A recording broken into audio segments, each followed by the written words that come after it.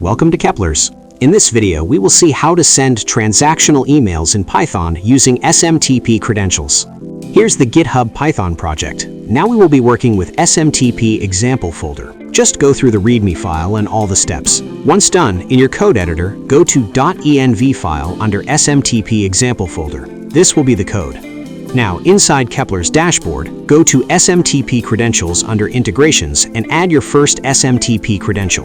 Write credential name, connect your email account, and click Create. Your SMTP username and password are generated. Copy the username and paste in your code for SMTP user, and copy the password and paste for SMTP password. Now, paste your from email and write to email to whom you want to send.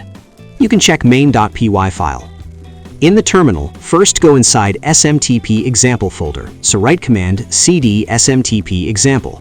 Once you are inside the folder, run the project using the Python executable located inside the virtual environments scripts folder, and press enter, and our email is sent successfully. Let's check our email, and yes, received email.